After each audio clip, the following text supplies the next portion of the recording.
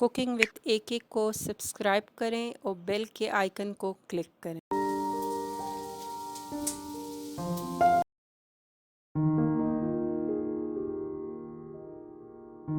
Spaghettis हमने golden company की ली हुई है। एक देगची में मैंने पानी लिया है, उसमें ज़रा सा नमक डाला और ऑयल डाला है। ये जब उबाल इसमें आ जाएगा तो हम स्पैगेटीज उबालने के लिए रख देंगे।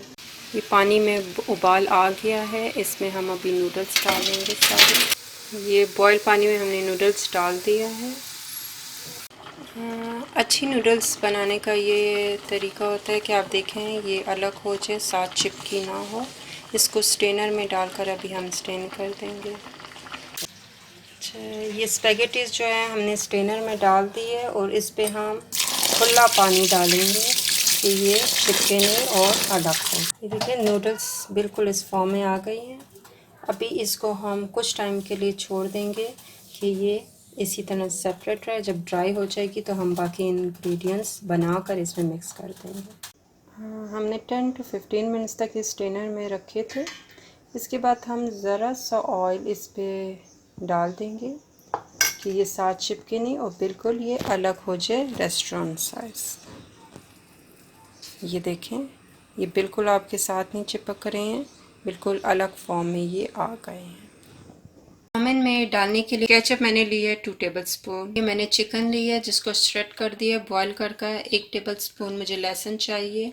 एक मीडियम साइज़ की मैंने गाजर ली है जिसको इस फॉर्म में मैंने काट दिया है।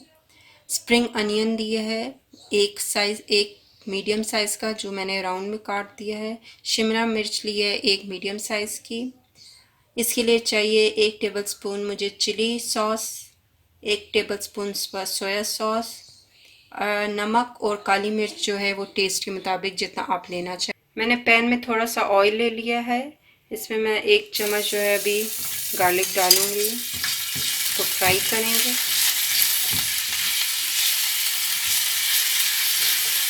उसके बाद जो मैं बॉइल्ड चिकन लिया था ये इसमें डालेंगे और हल्का सा फ्राई करेंगे। नमक to taste, black pepper to test,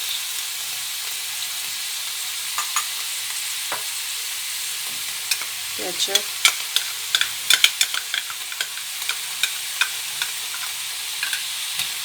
हम सही तरीके से मिक्स कर देंगे। वेजिटेबल्स हमने इतनी नहीं पकानी है, वो क्रिस्पी ही अच्छी लगेंगी। चिकन को ज़रा हम इतना मैं फ्राई करती हूँ कि ये अपनी फॉर्म में आ जाए। अब इसमें हम गाजर भी मिक्स कर देंगे, शिमला मिर्च,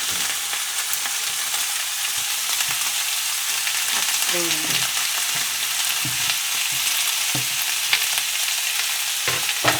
अच्छी तरीके से मिक्स करें।